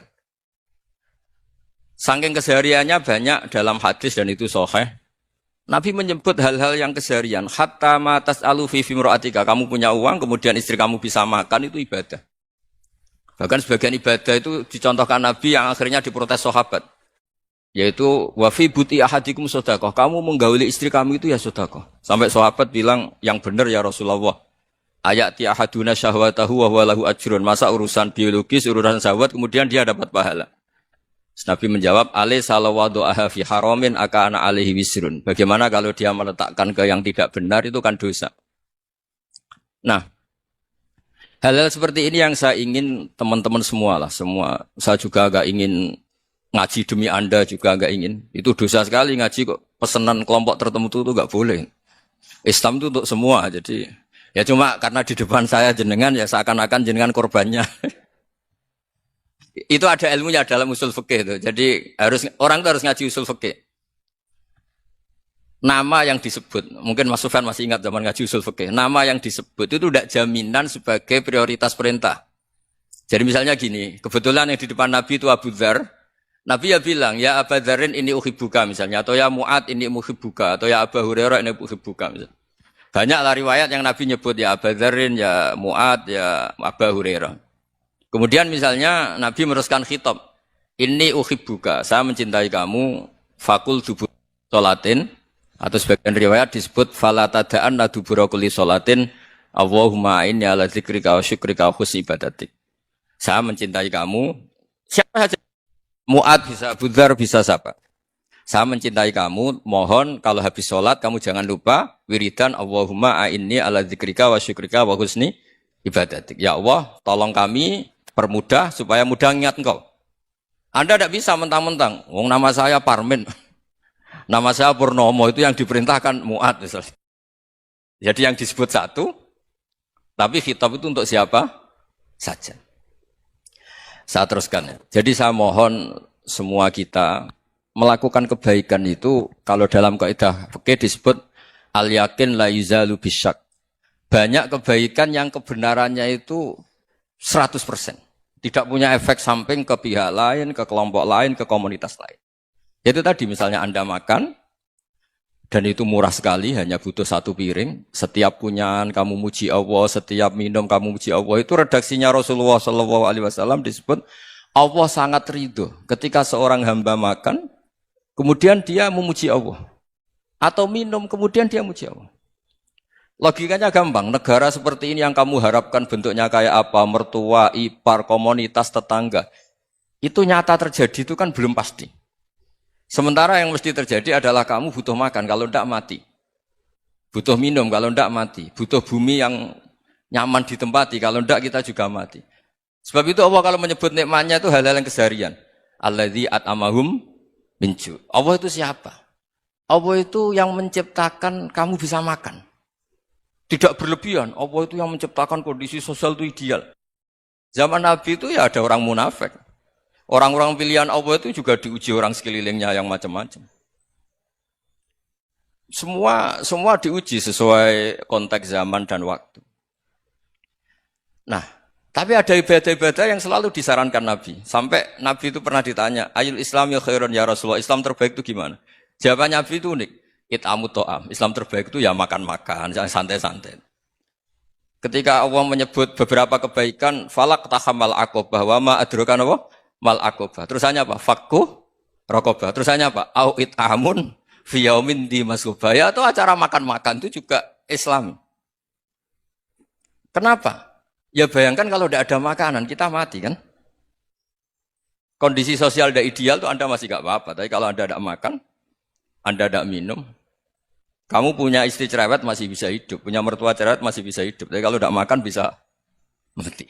Berarti penting mana istri sama makan? Penting mana? Makan. Semoga istri Anda dengar, nanti kamu disuruh makan tapi pulang deh. Itu kalau dibahasakan makan masih memahami. Penting mana nasi satu piring dengan istri. Enggak ada nasi mati, enggak ada istri belum mati. Penting mana? Enggak berani jawab kan? Nah, ternyata Anda ada garang kan di depan istri. Jadi saya mohonlah, mungkin Mas Sufyan Sauri tadi yang bisa bantulah. Teman-teman tuh ngaji yang keseharian saja. Karena kita nyari ridha Allah itu berdasar firman Allah. Dan firman Allah itu menyebut keseharian itu riang, gampang. Itu tadi misalnya wa min ayatihi manamukum bil laili Benar. Termasuk ayat-ayat Allah itu kamu tidur. Maka dulu itu ada guyonan, ada tokoh Mu'tazilah, kelompok dalam Islam yang berpikir manusia itu bisa menentukan ikhtiarnya sendiri. Karena saya bisa duduk, duduk, ingin berdiri, berdiri. Karena kelompok ini nggak terima kalau semua kehendak Allah, nanti bagaimana kalau semua kehendak Allah kok ada hisab, ya ada sanksi. Lucunya itu, dia akhirnya, ini cerita ya, mencintai seorang perempuan, cantik sekali. Dan itu dia menjadi ahli sunnah itu oleh hal-hal yang sepele. Karena istrinya cantik, ya namanya suami istri itu hubungan intim. Terus ditanya, Mas, masih ingin lagi? Masih. Silahkan diulang lagi. Wah ya tidak bisa. Katanya manusia bisa menentukan yang diinginkan. Itu tobat itu. Itu nggak bisa ditobatkan Mas Sufyan Ats-Tsauri. Orang cantik yang mudah nobatkan orang itu orang cantik. Segampang itu. Akhirnya kita tahu, makanya kalau dalam kitab Hikam itu disebut al-aqil mayakul madza yaf'alu wa hubi wal ghafil mayakul madza af'al. Orang yang punya akal karena sadar ini wilayah Allah, semua milik Tuhan. Itu dia tiap hari berpikir, besok Allah akan melakukan apa terhadap dunia ini. Kamu merencanakan sesuatu mau plesir ternyata gempa. Mau wisata ke Rusia ternyata perang. Kamu tidak pernah tahu apa yang akan terjadi besok. Wa ma tadri nafsum madza taksibu ghadan. Tapi anda semua kita ini sering punya jadwal permanen. Makanya saya kalau diundang siapa saja, sanad takdir. Yang jelas Gus ini acara penting. Ya masih acara penting nak pangeran ngersakno piye? Kok ape dadi pangeran? Kamu kok mau jadi Tuhan? Itu kadang ya kiai. Penting Gus acara ini jenengan harus memastikan bisa. Loh kamu itu yang ngajarin tauhid, sesuatu itu biadillah kok bilang-bilang apa pasti. Kalau maksa terus tak tobatkan loh kamu kata saya itu. Ya kalau gitu Gus bilang insya Allah. Wah itu hati saya, fisik saya, roh saya sudah bilang insya Allah. Tidak usah kamu latih kata saya. Nah hal-hal tauhid keseharian itu gampang sebetulnya. Wal ghafil yaqulu madza af'al. Tapi orang yang lupa Allah dia setiap hari bilang besok apa? Kita bisa melakukan apa? Seakan-akan dia itu aktor, dia penting, dia subjek permanen, dia. Padahal kita ini hanya objek kehendak Allah Subhanahu wa taala. Karena kita yakin sesuatu yang terjadi di alam raya ini kita tidak bisa apa-apa. Makanya saya sering ngaji, sering bilang saya. Ketika Anda mensifati Allah, Dia yang menghidupkan. Sudah itu tanamkan, sehingga ketika kita mati, santai saja. Kenapa santai? Allah punya cara menghidupkan kita. Zaman kita hidup juga gak tahu caranya ngelola jantung, ngelola paru-paru. Kamu juga gak tahu ngelola oksigen yang tidak beracun, tidak ngandung polusi. Tahu-tahu hidup. Gak ingin tua ya tahu-tahu tua, gak ingin mati tahu-tahu mati. Selama ini kita hidup juga gak tahu apa sebetulnya. Hanya gaya tok, punya jadwal, punya planning. Kalau kamu bisa menentukan pilihan Anda, pasti Anda istrinya cantik, 4 neriman semua, qanaah semua. Nyatanya enggak kan? Ada 1 jelek, cerewet. Wah itu kan, nyatanya enggak bisa apa-apa Anda kan? Dan kamu bawa mati lagi. Itu kan, istri Anda juga gitu, punya keinginan, punya suami yang ganteng, yang jabat, yang neriman, yang enggak poligami. Ya enggak kesampaian juga. Kalau kita ngitung tingkat kegagalan kita itu gagal terus. Ya kan? Nah, terus ingat Allah. Madza yaf'alu wa bi. Orang yang punya akal selalu berpikir Allah itu menghendaki apa terhadap saya. Lalu sama-sama orang itu. Ngelihat orang yang serius. Itu kata Anda itu pemikir berat, serius. Senang punya tokoh yang merengut karena kamu anggap serius. Tapi sebagian orang anggap orang yang serius itu wong merengut, wong masam, wong muka kok ditekuk. Jadi sama itu hati ya muqallibal qulub tsabbit qalbi ala dini, karena kita enggak tahu cara berpikir kita tentang orang lain, tentang sekeliling kita. Misalnya kita orang baik yang jenis ngrumat fakir miskin. Ada orang bangun masjid mewah itu janggal. Apa artinya masjid mewah kalau banyak orang kelaparan? Tapi kalau yang jenis pendidikan apa artinya masjid mewah kalau enggak bisa ngaji? Nanti yang jenis infrastruktur apa artinya ini kalau semuanya punya sudut pandang yang berbeda-beda. Dan Islam mengapresiasi semua kebaikan.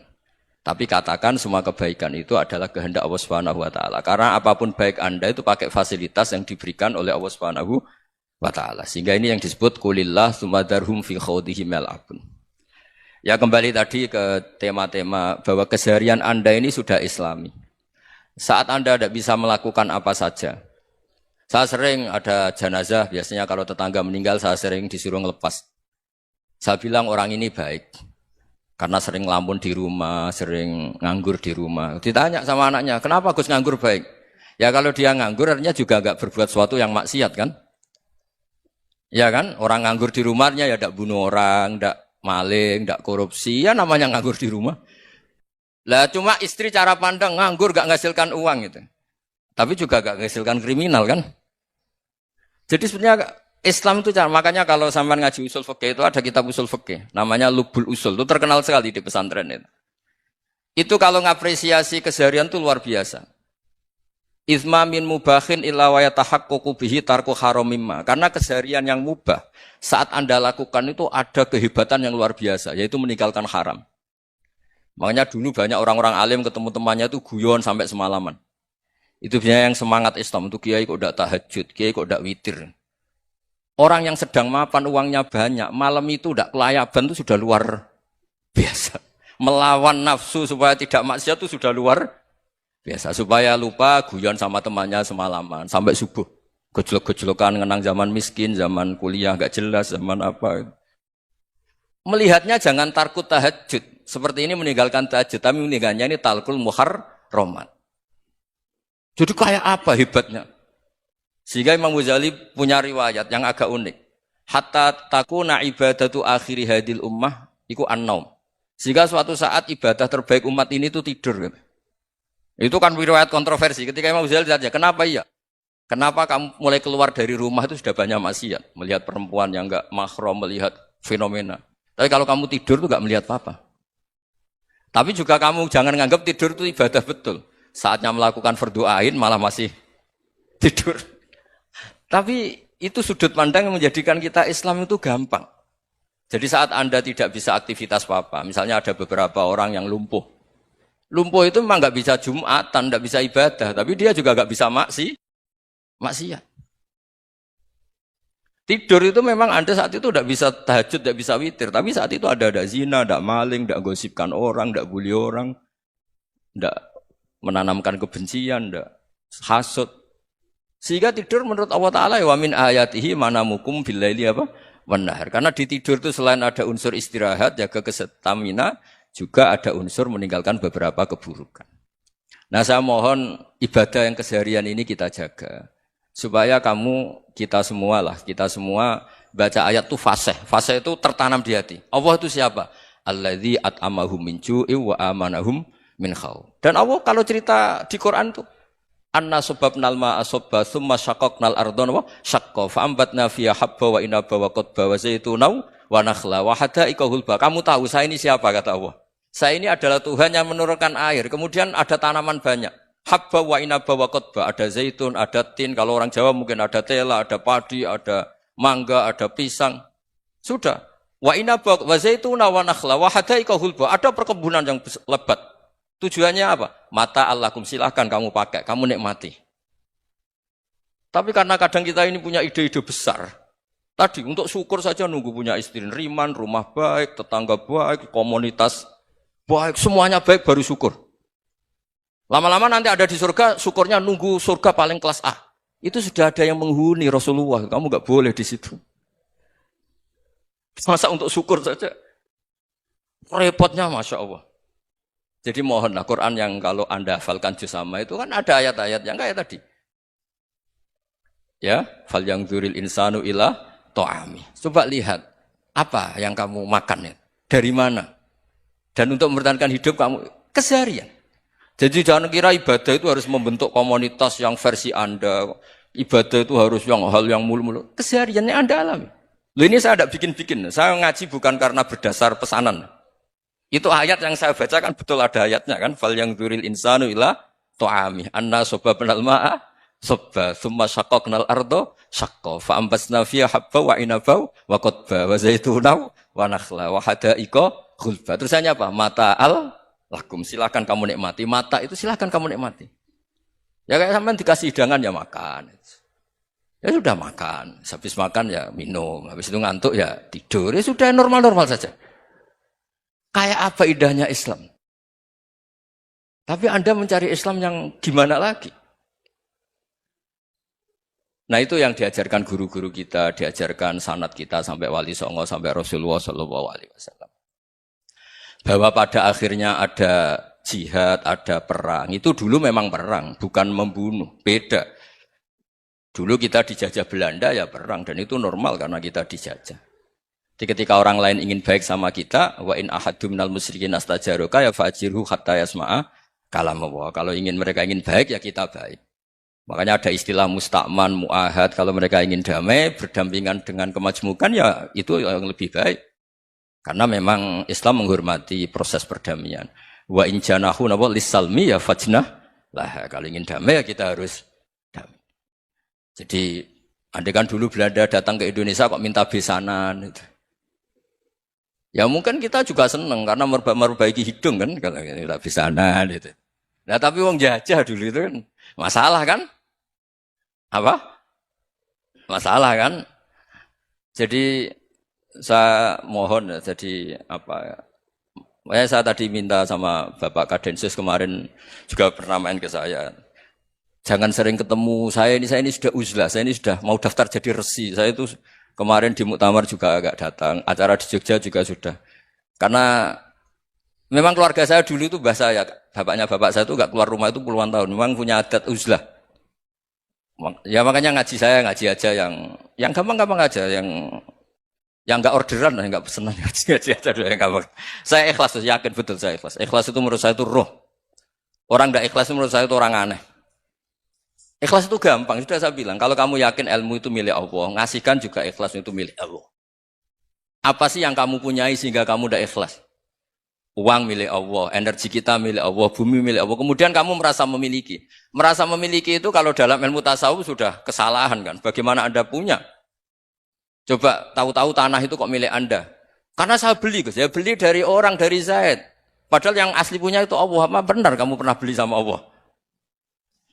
Zaid ini pemilik nisbi, pemilik yang enggak sebenarnya kan. Ya enggak? Yang benar-benar pemilik itu Allah. Kok kamu ngerasa itu bumi kamu itu atas nama apa? Coba. Milik kan harus beli atau dikasih. Tidak semua kan? Nah, makanya terus famshu fi manakibiha, dan Allah menyebutnya, sudah saya ini yang menciptakan bumi. Walladzi ja'ala lakumul arda dalulan. Dan Allah menyebutnya sederhana, famshu fi manakibiha, silakan jalan-jalan. Terusannya apa? Wa kulu mirizki, silakan makan-makan. Jadi Islam itu ya, makanya kiai-kiai itu ada acara makan, sampai ada guyonan, fikuli makanin, makan di setiap tempat ya, makan. Nggih ngoten guys, pokoknya sing gampang-gampang mawon nggih. Nggih Mas Sufyan nggih sing gampang-gampang mawon nggih. Assalamualaikum warahmatullahi wabarakatuh.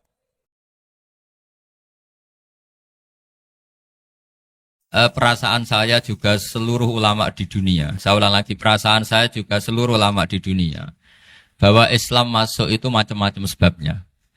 Dulu kita tahu, kita sebagai warga Indonesia, Islam masuk itu ya dibawa orang yang agak kedonyan, ya kayak jenengan lah kira-kira gitu. Ya kayak mbak-mbak ini, ya agak-agak mata duitan gitu.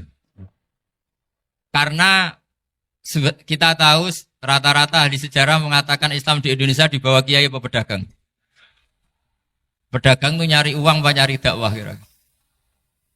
Ya semoga Anda mirip-mirip seperti itu. Ya jadi nyari uang karena ada nurani Islam sehingga tetap saja membawa Islam. Saya tidak tahu Islam Anda ala apa, tidak tahu. Pokoknya mau ngaji ya berarti Islam ala ahli sunnah apa? Wal jamaah. Jadi ini penting saya utarakan bahwa Islam itu agama yang mudah difahami sehingga dibawa pedagang saja ya kasil gitu.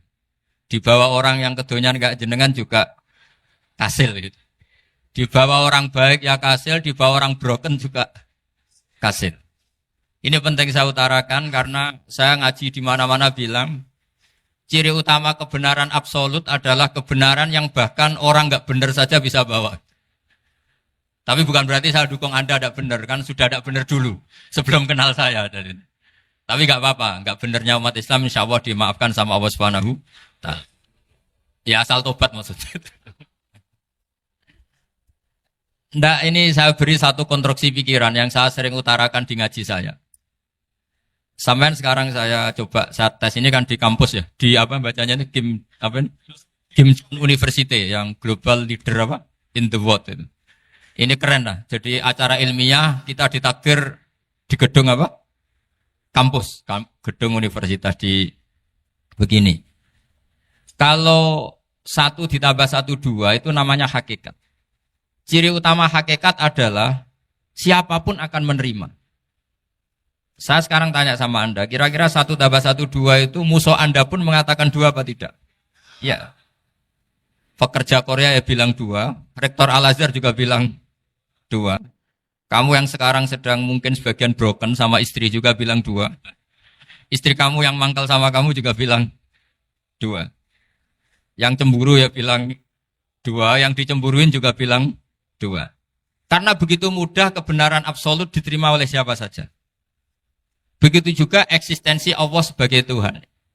Itu mudah diterima oleh siapa saja. Sehingga pembawanya tidak perlu seorang kiai atau gus atau mubalek atau ketua muin, tidak. Cukup karyawan pekerja Korea. Karena kebenaran absolut itu kebenaran yang mutlak. Siapa saja yang waras pasti ngakui. Kira-kira orang yang berpikir sehat pasti berpikir begini. Ini yang diajarkan Quran. Bumi ini kadung wujud. Sudah wujud kadung wujud, punya eksistensi. Mungkin enggak sesuatu yang wujud kemudian disebabkan oleh sesuatu yang nihilisme, yang tidak ada. Mungkin enggak? Enggak mungkin. Yang namanya penyebab itu harus sesuatu yang wujud. Di mana-mana penyebab itu harus punya eksistensi. Karena langit dan bumi ini kadung wujud, pasti penyebabnya adalah wujud. Karena wujud penyebab harus bersifat super. Lah bersifat super ini oleh ulama dikatakan wajibil wujud. Itu akal siapa saja akan terima. Cuma kemudian setelah terima itu orang macam-macam cara berpikir. Mungkin orang Jawa dulu bilang itu Sahyang Widi. Kalau orang sini mungkin bilang apa itu? Dewa atau apa ya? Enggak tahu saya itu. Karena itu yang teman sampean, enggak teman saya itu. Tapi yang jelas begini, ini konstruksi ini harus kita jaga. Nanti saya bacakan teks hadisnya. Kebenaran sejati ciri utamanya adalah ada absolutisme, ada kebenaran mutlak. Ciri utama kebenaran mutlak adalah diakui bahkan oleh siapa saja, termasuk oleh orang fasik. Orang fasik itu orang enggak benar. Misalnya ada imam masjid besar Istiqlal, ditanya 1 tambah 1 bilang apa? 2. Nanti kira-kira yang lonte juga bilang apa? 2. KPK juga bilang koruptornya yang ditangkap 2. Nah, eksistensi Allah sebagai Tuhan ini kebenaran yang absolut. Maka agama ini juga boleh diterima oleh siapa saja, termasuk oleh orang fasik, orang enggak jelas. Ini penting saya utarakan karena sekarang marak kelompok yang mengatakan orang Islam kalau zina menjadi tidak muslim, orang Islam kalau korupsi menjadi tidak muslim. Salah sedikit tahlilan jadi kafir, percaya wasilah jadi itu tidak benar seperti itu. Karena kebenaran eksistensi itu kebenaran yang nggak bisa diganggu gugat. Seperti Anda ini kan warga Indonesia.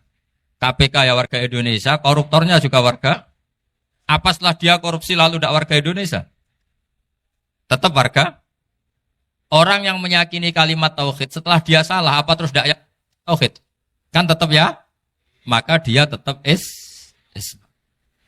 Ini penting saya utarakan. Kalau seorang warga Indonesia yang koruptor, yang macam-macam saja tetap warga Indonesia, padahal banyak kesalahan. Karena status warga Indonesia adalah status yang permanen.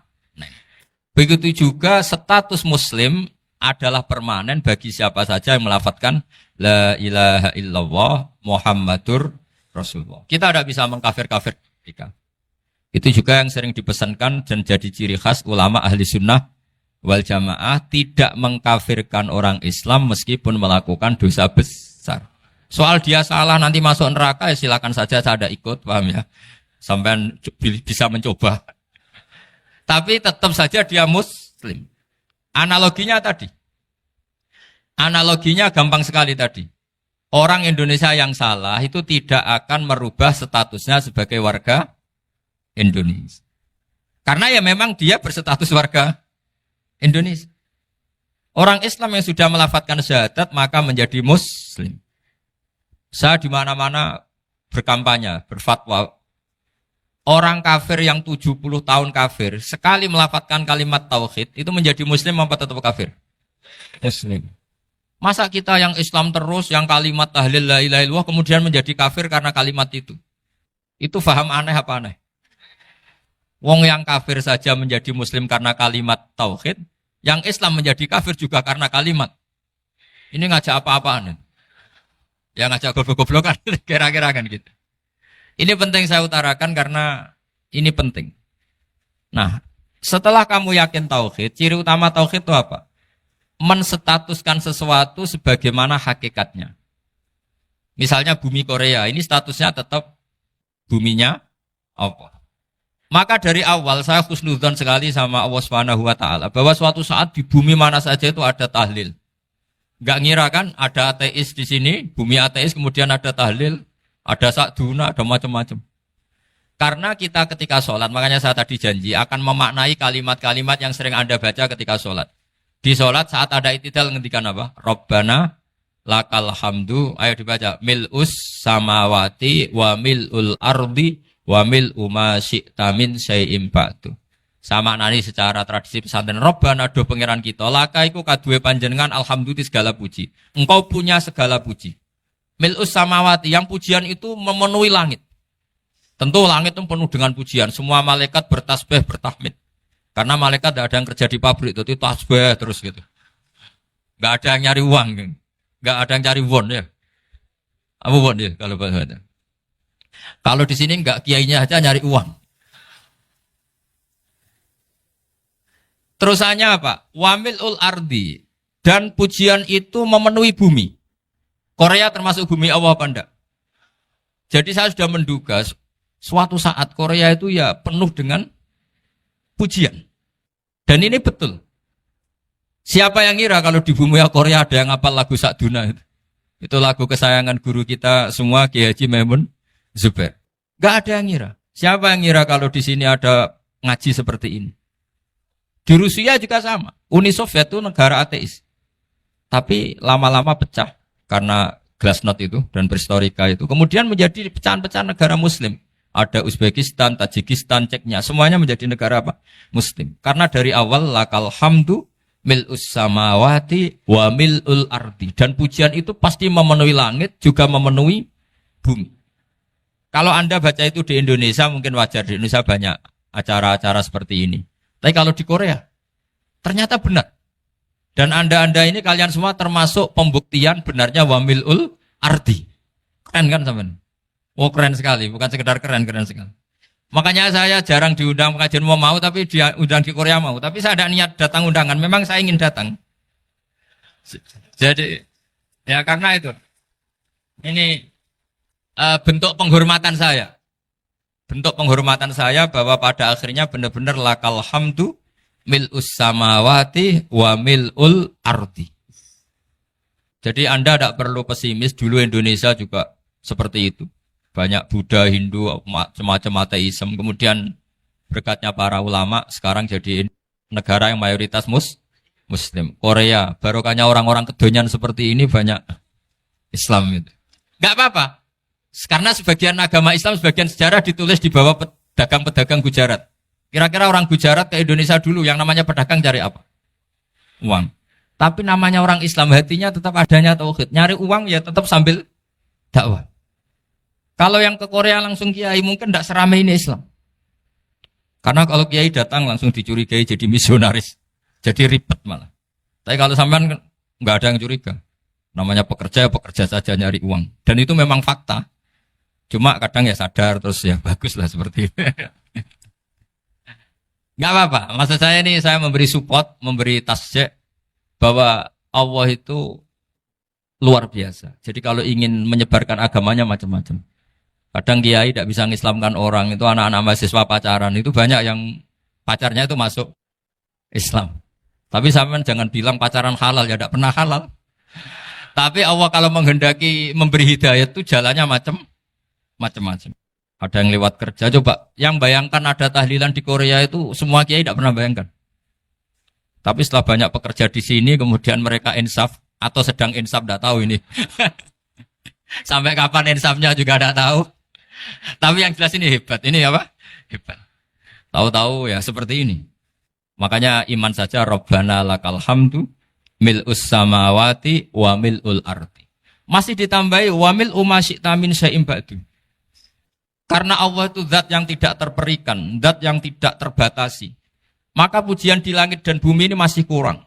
Masih ada apa saja yang nanti akan dipenuhi oleh pujian kepada Allah Subhanahu wa ta'ala. Wa mil'u ma syi'ta min syai'in ba'du. Dan pujian kepada Engkau ya Allah akan memenuhi semua ruangan yang Engkau kehendaki. Mungkin suatu saat negara-negara yang sekarang yang paling minim Islam itu di Amerika Selatan. Kayak di Argentina dan sebagainya. Itu nanti suatu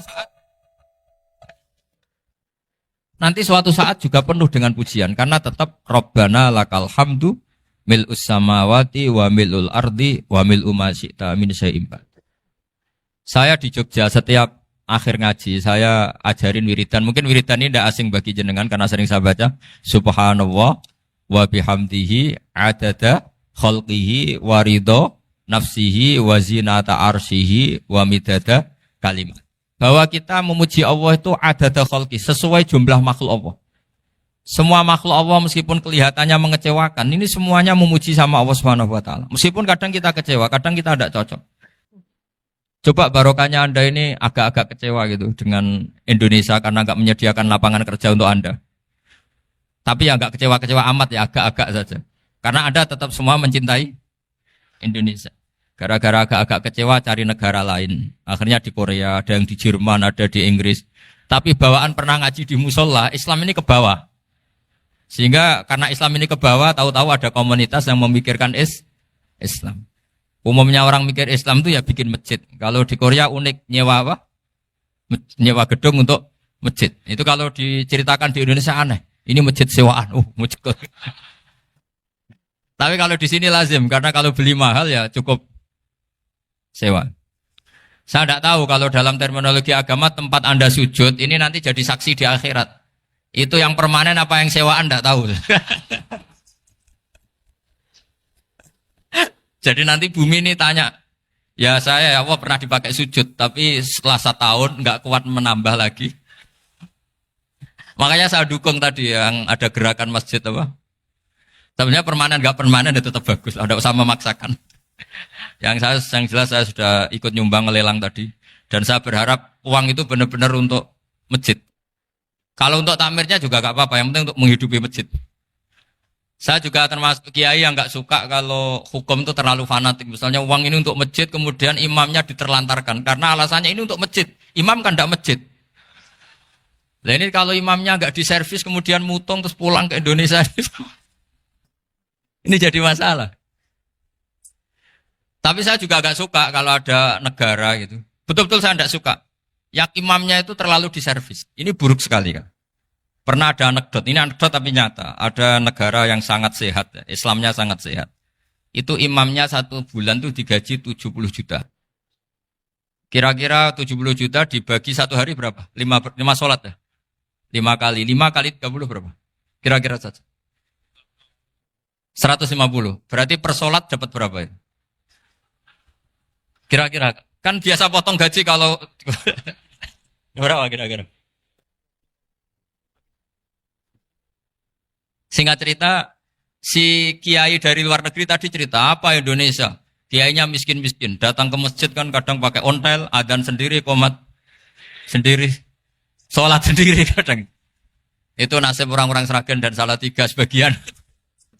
Itu yang lapor karena mereka itu. Kalau Rembang insya Allah enggak. Tapi ada semuanya Salatiga, sebagian begitu. Itu yang cerita kiainya, bukan ini bukan hoax, memang kiainya cerita. Nasib kiai di Salatiga Gus katanya. Itu digojlok, tapi tetap sholat. Sehingga cerita orang tadi cerita, imamnya di sana naiknya Mercy, muadzinnya pakai BMW. Itu tetangga sebelah Indonesia banyak yang fasilitas imam seperti itu. Karena gajinya sampai 70 juta. Setelah dia cerita bangga karena negaranya mengapresiasi imam sholat, sama kayak Indonesia dia omongin gini, makanya kamu sholat terus, takut potong gaji ya. Gitu. Itu kagetnya bukan main dia. Dikira itu satu sifat kelebihan negaranya, ternyata buruk sekali karena imam sholat karena takut potongan gaji. Akhirnya ke Indonesia bangga, alhamdulillah kita sholat tanpa gaji. Dan tetap sholat. Keren mana yang digaji sama Anda? Ini yang di atas ini banyak calon imam. Nggak keren mana imam yang digaji sama ndak? Keren yang ndak. Tapi kalau pertanyaannya dibalik, keren mana jamaah yang peduli imamnya sama yang nggak peduli? Jadi jawabannya harus tetap seperti itu. Imamnya keren yang ikhlas. Tapi jamaahnya keren yang peduli imamnya. Jelas ini ya fatwa saya ya. Gimana? Imamnya baik yang ikhlas. Tapi jamaahnya baik yang peduli nasibnya. Tapi sekali imam dari awal gak ikhlas itu harus di PHK. Itu bahaya bagi agama kalau awalnya sudah ada ikhlas. Karena nanti setelah habis subuh terus dihitung. Wong setahu saya sholat terus kok kenapa gajinya tinggal segini? Ya, setahu saya sholat terus kok gajinya tinggal segini. Terus nanti takmirnya bilang, kemarin duhur Pak Yai tidak ngimamin. Kemarin asar tidak ngimamin. Terus dihitung. Bisa enggak agama akan berjalan seperti itu? Enggak kan? Ya makanya pertanyaannya tadi, suka atau punya imam ikhlas? Suka. Tapi imamnya juga suka kalau jamaahnya peduli. Ini penting. Jadi saya mensupport Anda, mensupport kalian semua bahwa agama ini akan diurus oleh Allah Subhanahu wa taala. Makanya Sayyidina Umar radhiyallahu anhu kalau disuruh mikir agama itu tidak mau. Enggak mau betul. Ketika Umar jadi khalifah itu puncak keemasan masa Islam. Semuanya stabil, semuanya hebat. Sampai Irak, Iran zaman itu Persia masih. Semuanya Mesir. Itu semuanya ikut Islam. Ketika Islam pada puncaknya, yang dikhawatirkan oleh masyarakat adalah begini. Lalu setelah Umar itu bagaimana? Islam setelah dipimpin orang yang tangguh, yang kuat, yang waroi, yang zuhud. Lalu setelah Umar itu gimana? Tapi Umar disuruh mikir gak mau. Sampai setiap Abdullah bin Umar jalan-jalan di kampung-kampung itu abahnya dianggap pecundang. Tahu sampean pecundang? Orang yang nggak tanggung jawab. Karena orang-orang bilang gini, ya Abdullah bin Umar, bagaimana pendapat Anda kalau ada penggembala kambing di tengah hutan atau di tengah padang rumput, kemudian dia ninggal gelanggang kambingnya. Kamu anggap penggembala ini gimana? Oh itu penggembala yang zalim itu. Pasti kalau kambing ditinggal ya kacau. Apalagi nih umatur Rasulullah Shallallahu Alaihi Wasallam. Ini abah kamu tidak pernah wasiat, tidak pernah ngatur suksesi. Lalu Islam setelah dia bagaimana? Suruh dia ngomong penggantinya siapa? Karena beliau sudah sepuh harus ada suksesi. Akhirnya Abdullah bin Umar lapor ke Umar. Ini gimana abah orang mengkomplain begini. Apa kata Umar? Agama itu beda dengan kambing katanya. Agama itu milik Allah Subhanahu. Mbok saya pikir, tidak saya pikir tetap jalan. Nah ini terbukti. Jangan ulama ya ndak, mufti ya ndak, tapi bisa menjalankan agama. Kalau agama sampean pikir malah rusak. Sudah pokoknya lakukan saja, tidak usah dipikir. Akhirnya betul. Karena agama ini milik Allah. Soal kita serius memikirkannya itu karena khidmah. Karena kita ingin berbakti pada agama. Tapi Anda tidak boleh berpikir kalau agama ini butuh pemikiran Anda. Beda loh ya. Kita khidmah agama serius karena kita ingin mengkhidmati agama. Tapi agama ini tidak pernah butuh kita. Karena agama ini akan diurus oleh Allah Subhanahu. Coba pas sampean kecil, orang jilbaban di Indonesia itu banyak apa banyak sekarang? Banyak sekarang. Kiainya mutu orang dulu apa mutu orang sekarang? Tapi perkembangan Islam itu ramai sekarang apa ramai dulu? Ramai sekarang. Islam menyebar di seluruh dunia itu zaman Wali Songo, zaman sampean keren mana? Keren sekarang. Kualitas solehnya sampean sama Wali Songo? Wali Songo. Ini betul. Karena agama ini diurus oleh Allah Subhanahu wa ta'ala. Maka kata Sayyidina Umar, agama ini innallaha ta'ala yakhfadhu dinah. Innallaha ta'ala la yudhi'u khilafatahu waladina. Allah itu tidak akan menyia-nyiakan agamanya. Ini terbukti. Agama ini pernah dipimpin orang terbaik di dunia, yaitu Rasulullah Shallallahu Alaihi Wasallam. Ketika beliau intakola ila rofiqil ala, ketika beliau pindah ke alam sana, diteruskan oleh sahabat yang tentu jauh di bawah Rasulullah. Diteruskan tabi'in, diteruskan para wali songo, diteruskan yang sampean yang jauh di bawah wali songo. Sejauh-jauhnya. Tapi agama jalan sampai Korea. Agama jalan sampai apa? Dulu Wali Songo itu hanya sampai Mojokerto, sampai Tulungagung. Di bawah sampean, Klayaban sampai mana ini? Korea. Coba kalau Allah tidak ngurus, nggak bisa. Yang gerakkan hatinya sampean peduli sama masjid siapa? Allah Subhanahu wa taala. Yang menggerakkan hati sampean peduli sama agama siapa? Tapi yang menggerakkan sampean ke Korea apa? Uang kan?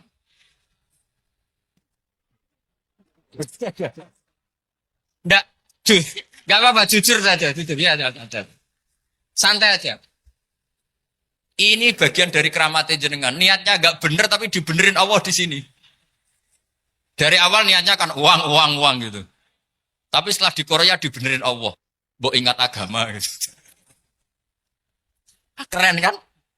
Makanya yang syukur sama Allah Subhanahu wa taala. Yang bisa hanya Allah taala. Makanya dalam dunia kiai selalu baca apa? Alhamdulillah alladzi hadana li hadza wa ma kunna linahtadiya laula an hadana Allah. Alhamdulillah kita diberi hidayat seperti ini. Kalau tidak Allah tidak bisa. Sudah mata duitan, kadang istri ngomel, mertua tidak percaya. Sudah setengah-setengah broken gini di saya tahu sampai ke Korea itu karena broken pas saking sayangnya keluarga. Potensinya hanya dua.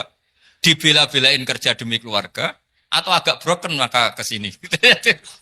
Tapi apapun potensi itu tetap baik. Itu takdir sudah, itu takdir tidak usah dibicarakan.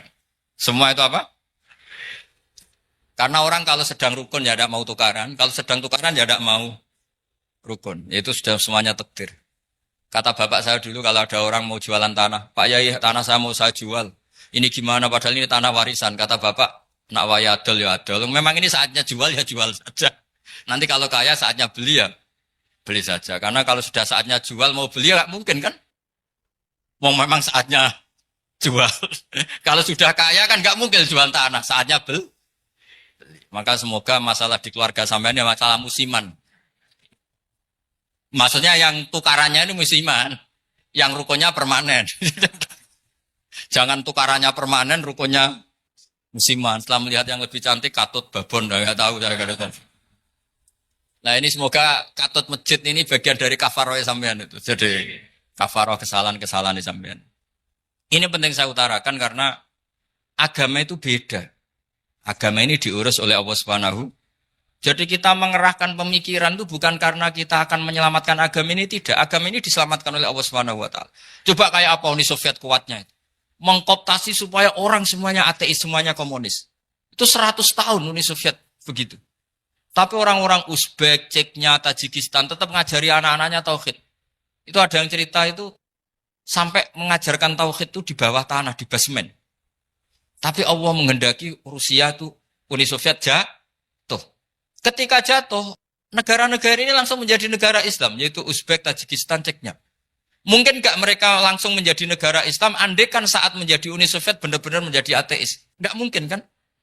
Karena saat dikooptasi Uni Soviet, akidah mereka tetap tauhid. Cuma nggak berani muncul. Artinya apa? Uni Soviet nggak bisa menghabisi Islam. Kurang kerennya Uni Soviet zaman itu. Bisa nggak menghabisi Islam? Nggak bisa. Donald Trump dulu termasuk Islamfobia. Tapi setelah dia anti-Islam, malah orang Amerika demo supaya memperhatikan Islam. Nggak bisa. Makanya Korea pun tidak bisa menghabisi Islam. Kalau sampean menghabisi Islam sendiri bisa. Karena terus gak mau sholat, gak mau zakat itu sampai. Tapi sampean toh yang Islamnya habis, Islam tetap baik-baik saja. Makanya ini penting saya utarakan supaya kamu pede bahwa agama ini pernah dibawa orang yang pedagang. Ya soal ada sebagian pendakwah yang ikhlas ya banyak, tapi sejarah yang gampang kita lihat adalah Islam itu dibawa oleh apa? Pedagang Gujarat, pedagang India. Enggak apa-apa, sejarah itu meskipun sebagian menentang enggak apa-apa, tapi sejarah itu tetap ada. Pasti sebagiannya memang seperti itu. Dan itu enggak masalah. Saya ulang lagi, itu enggak masalah. Coba dulu pemain bola kalau di Inggris itu kalau mau sholat susahnya bukan main. Apalagi kalau mau puasa. Kalau di sini kerja puasa katanya mati lu kalau apa? Puasa. Kalau mau sholat katanya dicari mana ini berhalanya kok. Kata orang-orang ateis kan gitu, dicarikan patungnya. Kali ini sholat kok gak ada patungnya, ini gimana ini. Ya ngalamin gitu. Tapi Allah Maha Kuasa. Banyak investor mana itu, Dubai atau Qatar, yang tertarik investasi di dunia bola. Kayak Sulaiman Al-Fahim, makanya beli Manchester City. Itu sekarang pelatihnya negara orang sholat gak berani, bahkan di tengah stadion dibangunkan masjid. Kalau sampean daftar jadi muadzin bisa. Apa nyanyi Sakduna di sana juga bisa. Dulu Aljazair bencinya bukan main. Apa Perancis sama orang Islam itu bencinya bukan main. Barokahnya Zidane pemain bola dan juara dunia. Terus Zidane turunan Aljazair. Akhirnya orang Perancis itu mencintai Islam. Itu barokahnya sepak bola. Allah punya sekian cara untuk mengenalkan Islam. Di Perancis dikenalkan lewat pemain sepak bola. Nah di Korea ini yang agak unik dikenalkan lewat pecinta wong. Saya jamin ini tidak apa-apa, sudah tidak apa-apa, sudah aman. Jamin aman.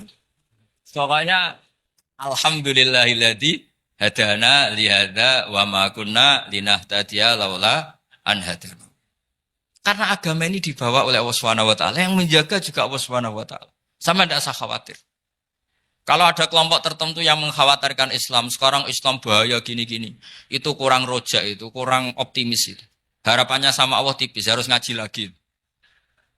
Agama ini limangka nayarjuwa hawal yaumal akhir. Agama ini bagi yang terus-menerus berpengharapan kepada Allah Subhanahu wa taala. Agama ini limangka nayarjuwa, coba bahasa Arabnya roja yarju rojaan. Maknanya harapan. Jadi agama ini bagi yang selalu berpengharapan, bukan yang pesimis, bukan yang hati kecil, apalagi yang tukang putus asa. Coba agama ini begitu luar biasa dibawa orang yang macam-macam. Tadi di Perancis itu dibawa oleh pemain apa? Bola. Ada masjid di Inggris itu ya dibawa mahasiswa-mahasiswa itu yang dulu sebagian yang nggak pernah ngaji, setelah di Inggris bikin komunitas pengajian. Di Korea dibawa di pecinta apa? Tapi lama-lama cinta Tuhan. Karena ya memang sebenarnya sudah cinta Tuhan. Cuma ya cara cinta ini nunggu punya uang Ya sudah, alhamdulillah seperti ini sudah luar biasa sudah.